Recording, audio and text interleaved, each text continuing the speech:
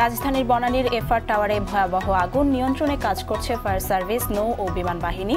নিহত 1। সারা দেশে সড়কে ঝরল ১৯ জনের প্রাণ। চট্টগ্রামে একই পরিবারের ৩ জন সহ নিহত ৮।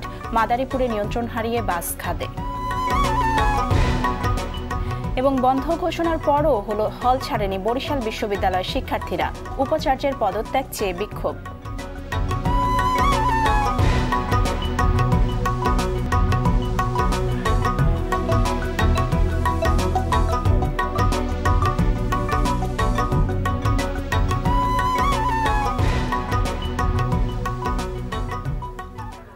আসসালামু আলাইকুম, স্বাগত জানাচ্ছি আরটিভির জেলার সংবাদে। শুনছিলেন সংবাদ শিরোনাম, পুরো সংবাদে আপনাদের সাথে আছি আমি ফারজানা নিশি।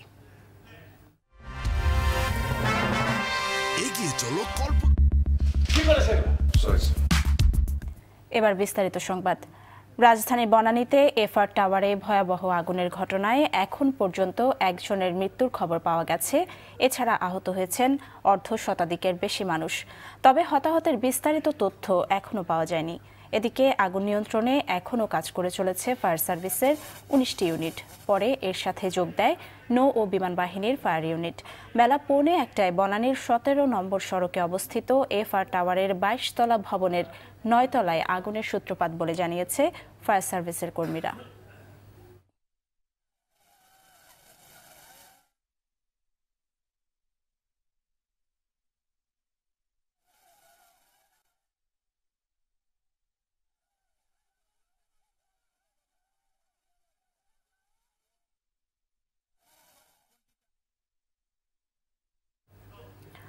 দর্শক, আমাদের সহকর্মী শরীয়ত খান রয়েছেন ঘটনাস্থলে, সরাসরি যোগ দিচ্ছেন তিনি। শরীয়ত, সর্বশেষ কি অবস্থা দেখছেন? উদ্ধার তৎপরতা কেমন চলছে এবং আগুন কতটুকু নিয়ন্ত্রণে আনা গেছে? কি তথ্য আছে আপনার কাছে?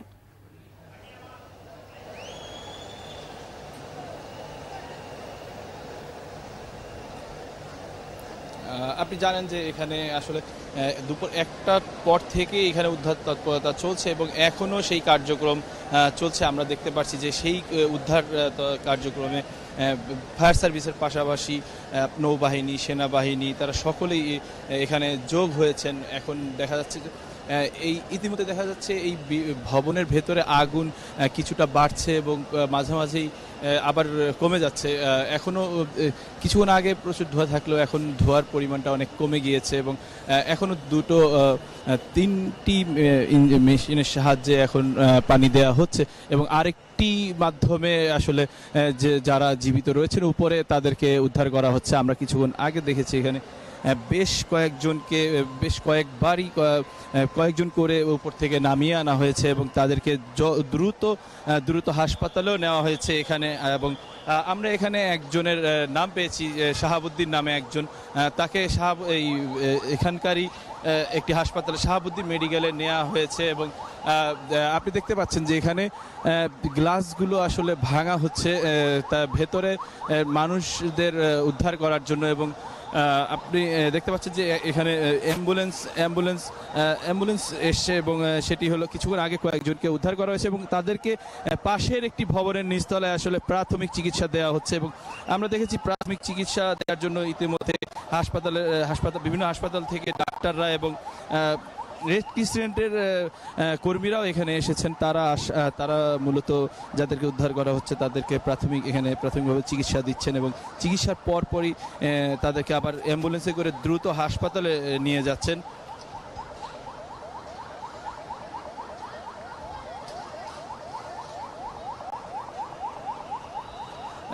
আপনি দেখতে পাচ্ছেন যে এখনো কিছুটা ধোঁয়া বের হচ্ছে। আসলে আমাদের পাশের ভবনে আমাদের আরেকজন সহকর্মী আপেল শাহরিয়ার রয়েছেন, আমরা এখন চলে যাব তার কাছে। ভাই,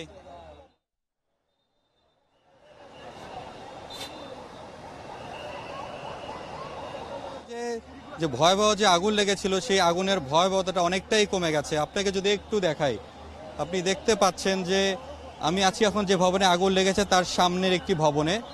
তো এই ভবনটা যেখানে আগুন লেগেছিল সেই ভবনের সামনে কিন্তু অনেকেই উদ্ধারের জন্য এই ভবনের সামনে হাত নেড়ে উদ্ধার কর্মীদের তারা জানান দিচ্ছিল। তো এরই মধ্যে সামনে যারা অবস্থান করছিল তাদের সবাইকে ফায়ার সার্ভিস উদ্ধার করেছে মূলত এখন পর্যন্ত আমি জানতে পেরেছি যে 22 জনকে জীবিত উদ্ধার করা হয়েছে এবং যারা গুরুতর আহত রয়েছেন তাদেরকে ঢাকা মেডিকেল কলেজ হাসপাতালে নিয়ে যাওয়া হয়েছে এবং তারা চিকিৎসাধীন রয়েছেন।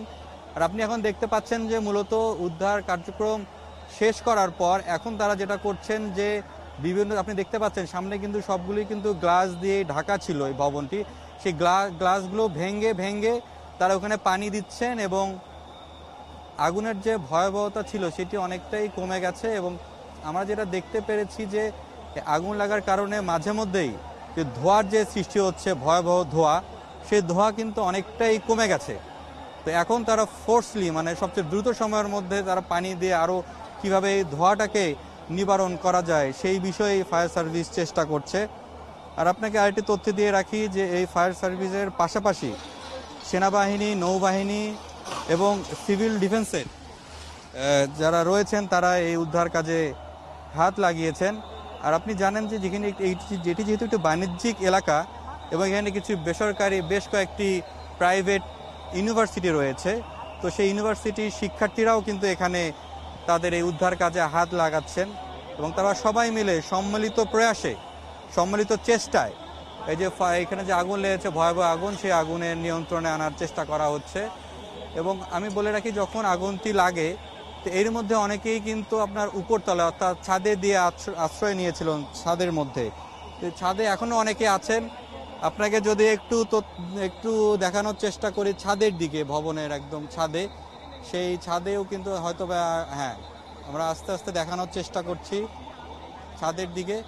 সেই ছাদে কিন্তু অনেকেই আটক রয়েছেন, আপনি দেখতে পাচ্ছেন তারা এখানে আটক রয়েছেন, ওইখানে তারা অবস্থান করছেন এবং তাদেরকেও ফায়ার সার্ভিসের লোকও এখানে অবস্থান করছেন, তাদেরকেও ধীরে ধীরে ওখান থেকে উদ্ধারের চেষ্টা করা হচ্ছে। আর একটি তথ্য দিয়ে রাখি যে আপনাকে, যে আমরা জানতে পেরেছি যে এখানে 3 জন গুরুতর আহত হয়েছেন। তারা তাড়াহুড়ো করে নামার সময় একজন মেয়ে ছিলেন, মেয়ে সহ 2 জন তারা গুরুতর আহত হয়েছেন এবং তাদেরকে ঢাকা মেডিকেল কলেজ হাসপাতালে চিকিৎসাধীন তারা রয়েছেন। তো ফায়ার সার্ভিসের ঊর্ধ্বতন কর্মকর্তার সাথে আমি কথা বলার চেষ্টা করেছি, তো উনি আমাকে যেটি বলেছেন যে আগুন অনেকটাই নিয়ন্ত্রণে আনা হয়েছে, তবে যেহেতু ধোঁয়ার একটি বিষয় থাকে, আগুনের তীব্রতা কিন্তু মাঝে মধ্যেই বাড়ার সম্ভাবনা রয়েছে।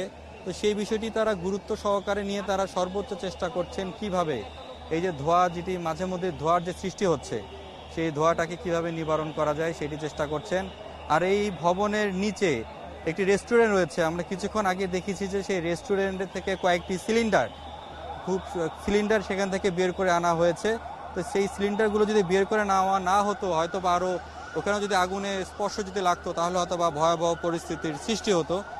তো আমরা যে দেখেছি, তো ফায়ার সার্ভিসের কর্মীরা এই ভবনের ভিতরেই তারা ঢুকেছেন এবং বিভিন্ন তলাগুলোতে তারা যাচ্ছেন এবং তারা যে কাজগুলো ভেঙে ভেঙে সেই যে ধোঁয়াগুলো রয়েছে, সেই ধোঁয়াগুলো আসলে আস্তে আস্তে বের করে দেওয়ার চেষ্টা করছেন। আপনি হয়তো বা দেখতে পাচ্ছেন যে ফায়ার সার্ভিসের কর্মীরা সেই ভবনের ভিতরে রয়েছেন এবং তারা কাজ করছেন সেই আগুন কিভাবে আরও নিয়ন্ত্রণে আনানো যায়।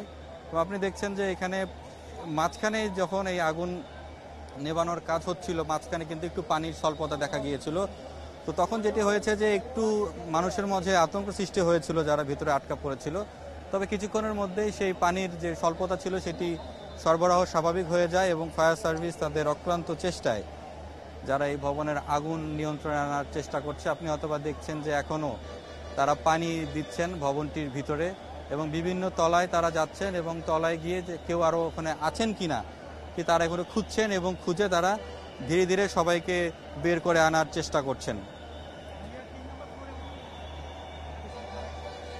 আর আপনি তথ্য দিয়ে রাখি যে ফায়ার সার্ভিসের 11টি ইউনিট তারা এই কাজ করছেন, 11টি ইউনিট এই যে আগুন নিভানোর কাজ তারা করে যাচ্ছেন এবং আপনি দেখতে পাচ্ছেন যে সেনাবাহিনীর চৌকুশ দল তারাও এখানে হাত লাগিয়েছেন এবং সম্মিলিত প্রচেষ্টায় নৌবাহিনী, সেনাবাহিনী, ফায়ার সার্ভিস, রেড ক্রিসেন্ট এবং আরও কয়েকটি সংস্থা একসাথে মিলে তারা সম্মিলিতভাবে এখানে আগুন নেভানোর কাজ করছেন।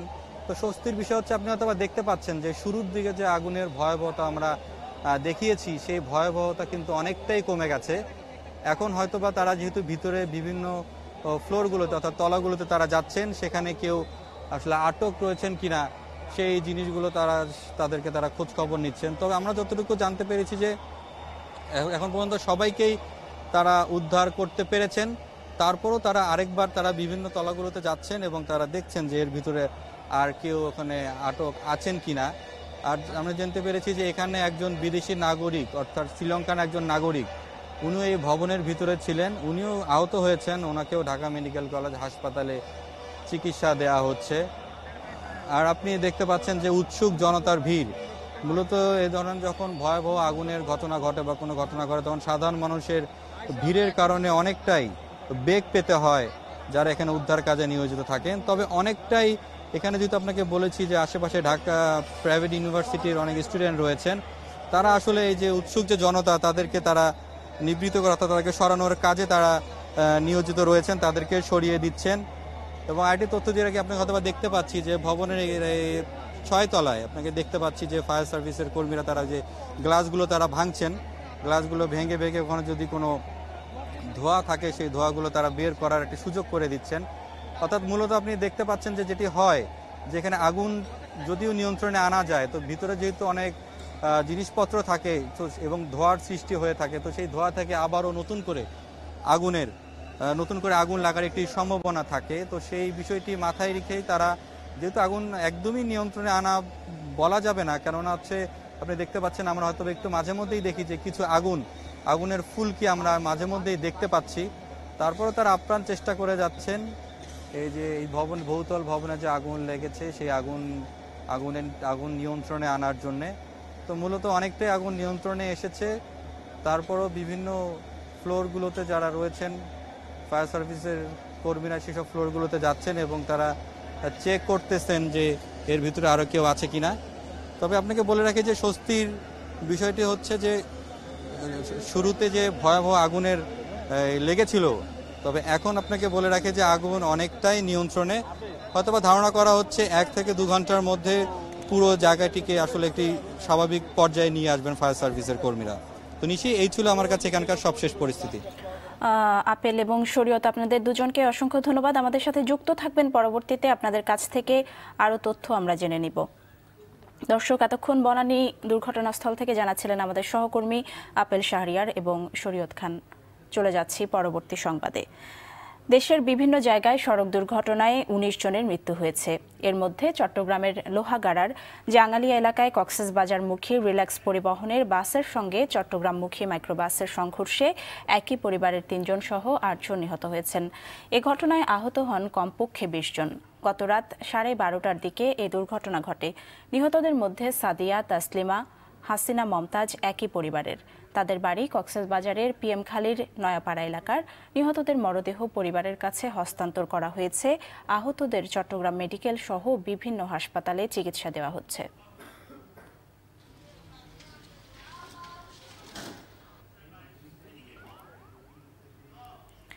এদিকে মাদারীপুর সদর উপজেলার কলাবাড়ি এলাকায় যাত্রীবাহী বাস নিয়ন্ত্রণ হারিয়ে খাদে পড়ে মারা গেছেন 8 জন। আহত হন কমপক্ষে 40 জন। বেলা 12:15টার দিকে ঢাকা বরিশাল মহাসড়কে এ দুর্ঘটনা ঘটে। এছাড়াও সড়ক দুর্ঘটনায় যশোরে 2 জন, দিনাজপুরে হিলি ও পটুয়াখালীতে 2 জনের মৃত্যু হয়েছে।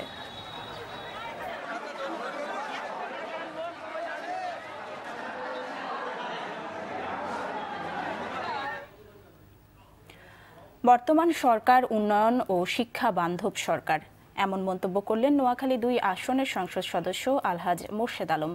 বুধবার নোয়াখালীর সেনবাগ সরকারি কলেজে মিলাদ ও দোয়া মাহফিলে তিনি বলেন, নিরক্ষর মুক্ত জাতি গড়তে এরই মধ্যে 26,193টি প্রাথমিক বিদ্যালয়কে সরকারিকরণ এবং 2,500 স্কুল কলেজকে এমপিওভুক্ত করা হয়েছে। নারী শিক্ষার সম্প্রসারণে বৃত্তি প্রদান সহ নানা উদ্যোগ নিয়েছে সরকার। এর আগে উপজেলার কানকিরহাট কলেজের বার্ষিক মিলাদ মাহফিলে প্রধান অতিথি হিসেবে অংশ নেন আলহাজ মোর্শেদ আলম। এছাড়াও উপজেলা অডিটোরিয়ামে বাংলাদেশ স্কাউটস সেনবাগ উপজেলা ত্রিবার্ষিক সম্মেলন ও সংবর্ধনা সভায় যোগ দেন তিনি।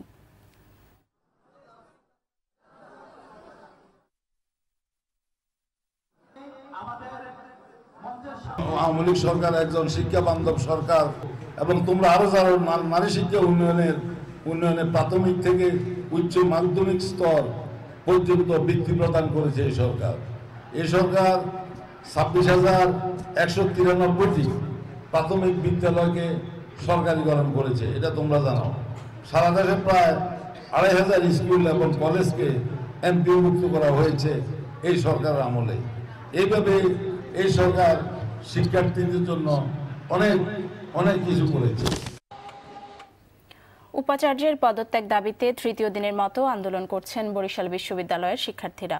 অনির্দিষ্টকালের জন্য বিশ্ববিদ্যালয় বন্ধ ঘোষণা ও প্রশাসনের হল ছাড়ার নির্দেশ উপেক্ষা করে সকাল ৯টা থেকে ক্যাম্পাসে জড়ো হতে থাকে শিক্ষার্থীরা। তারা বলছেন, মাত্র একদিনের আন্দোলনে ভীত হয়ে ভিসি বিশ্ববিদ্যালয়ের সব ক্লাস, পরীক্ষা, একাডেমিক কার্যক্রম বন্ধ ঘোষণা করেছেন। এদিকে বিকাল পর্যন্ত কোনো শিক্ষার্থী হল ত্যাগ করেননি। মহান স্বাধীনতা দিবস ও জাতীয় দিবস শিক্ষার্থীদের ছাড়া উদযাপনের প্রতিবাদে মঙ্গলবার হলের খাবার বর্জন করে বিক্ষোভ করলে শিক্ষার্থীদের রাজাকারের বাচ্চা বলে গালি দেয় ভিসি। এরপর ভিসির অপসারণ সহ 10 দফা দাবিতে আন্দোলন চালিয়ে যাচ্ছে শিক্ষার্থীরা।